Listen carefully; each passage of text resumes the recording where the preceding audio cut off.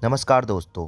Hindenburg की Adani group के ऊपर 2 साल की रिसर्च के बाद आए 106 पेज की रिपोर्ट ने पूरी दुनिया में तहलका मचा दिया है। तो आइए समझते हैं ऐसा क्या है हिंडनबर्ग की रिपोर्ट में, बहुत ही आसान और सिंपल तरीके से। गौतम अडानी, जो कि भारत के सबसे अमीर आदमी और दुनिया के तीसरे अमीर आदमी थे, जो कि अब सीधे 7वें पोजीशन पर आ गए हैं। गौतम अडानी की सभी कंपनीज की टोटल वैल्यू $120 बिलियन है और $100 बिलियन इन्होंने पिछले 3 सालों में कमाए हैं, जब कोविड-19 ने पूरी दुनिया को अपने चपेट में लिया था। हिंडनबर्ग की रिपोर्ट के अनुसार 7 मेन कंपनी के शेयर वैल्यू 819% बढ़े हैं और ये सातों कंपनी लोन से चल रही हैं, तो शेयर वैल्यू इतना ज़्यादा कैसे बढ़ गया? इन सभी वजह से सातों कंपनी के शेयर ओवर वैल्यूड हैं, जो कि हिंडनबर्ग के अनुसार 85% ज़्यादा हैं। हिंडनबर्ग ने इन पे मनी लॉन्ड्रिंग का एलिगेशन भी लगाया है, जो कि इन्होंने शेल कंपनी का यूज़ करके किया है। अडानी ग्रुप ने मॉरिशस में 40 कंपनी, यूएई और कैरेबियन आइलैंड जैसे जगह जहां पर टैक्स बहुत कम होता है, वहां पर इन्होंने कई शेल कंपनी खोले हैं, जिनका ना तो कोई ऑफिस है, ना कोई एम्प्लॉयज़ हैं, ना ही इनका कोई एड्रेस एंड कॉन्टैक्ट डिटेल है। इन सभी के बावजूद ये सभी कंपनियां अडानी ग्रुप के साथ में इन्वेस्ट कर रही हैं और हिंडनबर्ग का कहना है कि ऐसे फेक डिमांड जनरेट करने के लिए किया जा रहा है। और हिंडनबर्ग का ये भी कहना है कि इन सेल कंपनियों के ज़रिए अडानी खुद के ही शेयर खरीद रहे हैं, जिसकी वजह से शेयर ओवर वैल्यूड जा रहे हैं। और सेबी पहले से ही 70 से ज़्यादा कंपनीज जो कि अडानी ग्रुप के साथ डील कर रहे हैं, उनकी जांच कर रहा है। हिंडनबर्ग ने ये एलिगेशन भी लगाया है कि Adani group total loan based companies हैं। हिंडनबर्ग रिपोर्ट के अनुसार अडानी ग्रुप के मेन 7 कंपनियों में से 5 कंपनियों का करंट रेशियो 1 से भी कम है। इसको ऐसे समझते हैं, मान लीजिए किसी कंपनी का वैल्यू ₹100 से कम है, बट उस कंपनी के ऊपर 200 का लोन है, तो उस कंपनी का करंट रेशियो 0.5 होगा, यानी कि 1 से भी कम। हिंडनबर्ग ने अडानी ग्रुप के मेन 7 कंपनियों में से 4 कंपनियों के ऊपर निगेटिव कैश फ्लो का एलिगेशन भी लगाया है। इसको ऐसे समझते हैं कि इन कंपनीज़ के पास जितना प्रॉफिट आ रहा है, उससे ज़्यादा उन कंपनियों को खर्च करना पड़ रहा है, मतलब कि इन कंपनीज़ को कोई भी प्रॉफिट नहीं हो रहा है।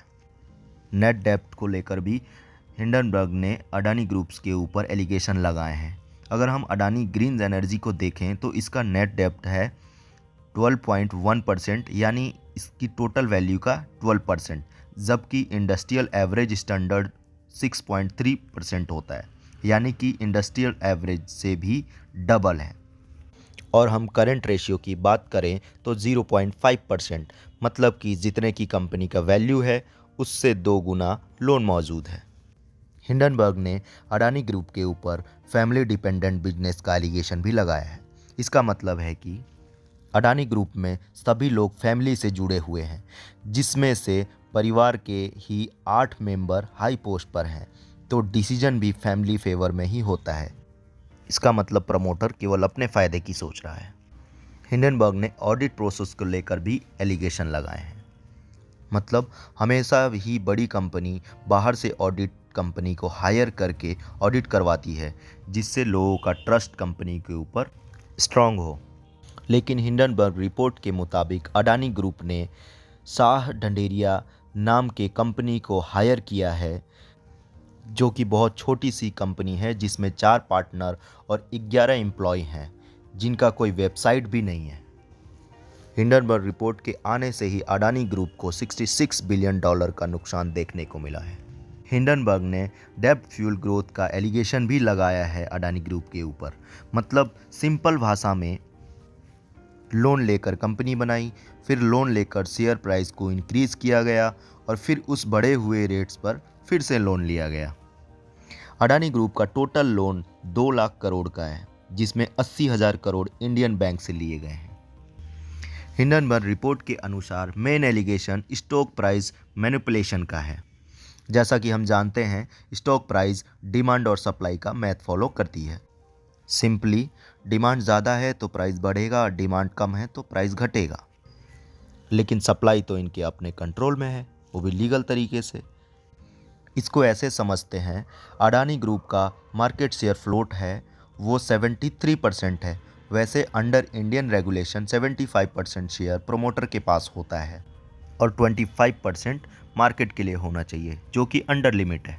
अब 73% इनके पास, बचे 27%। अच्छी बात है, मार्केट में 25% से ज़्यादा है। अब हिंडनबर्ग रिपोर्ट के अनुसार 15% शेयर और हटा दो, क्योंकि इस 25% में से 15% मॉरिशस के स्केमन आइलैंड से अडानी ग्रुप के फैमिली के थ्रू ही रेगुलेट किया जा रहा है।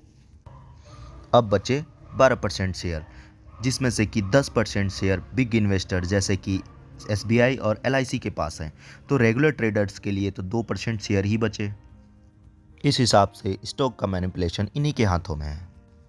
अभी इंडियन मार्केट में मुझे एक बात समझ नहीं आ रही है कि LIC का अडानी ग्रुप के साथ क्या रिश्ता है, क्योंकि LIC ने सितंबर से अभी तक 7,300 करोड़ से 72,000 करोड़ तक का इन्वेस्टमेंट किया है, जो कि LIC का 98% इन्वेस्टमेंट है।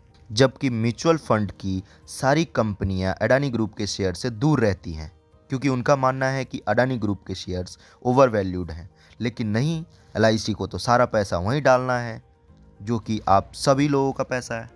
और 18,000 करोड़ घाटा होने के बावजूद भी LIC और पैसा डाल रहा है वहाँ पे। अब इन सभी बातों को अडानी ग्रुप ने झूठ बताते हुए हिंडनबर्ग रिसर्च को एक शॉर्ट सेलिंग कंपनी कहा। भाई मेरे हिसाब से 1992 से अब तक कुछ नहीं बदला है, क्योंकि स्टॉक मैनिपुलेशन तब भी होता था और अब भी हो रहा है। पहले हर्षद मेहता पे मूवी बनी थी, अब अडानी पे मूवी बनेगी और हम थिएटर में मूवी देखकर आ जाएंगे। मुझे एक बात और समझ नहीं आ रही है कि सेबी और RBI क्या कर रही थी। आम इन्वेस्टर कैसे जज करेगा किसी कंपनी को जो कि ऑलरेडी BSE NSE लिस्टेड है, गवर्नमेंट के गुड बुक में है, और मेन पॉइंट, कंपनी के प्रमोटर वर्ल्ड के 3rd रिचेस्ट मैन में थे। क्या ये काफ़ी नहीं है किसी कंपनी में पैसा इन्वेस्ट करने के लिए?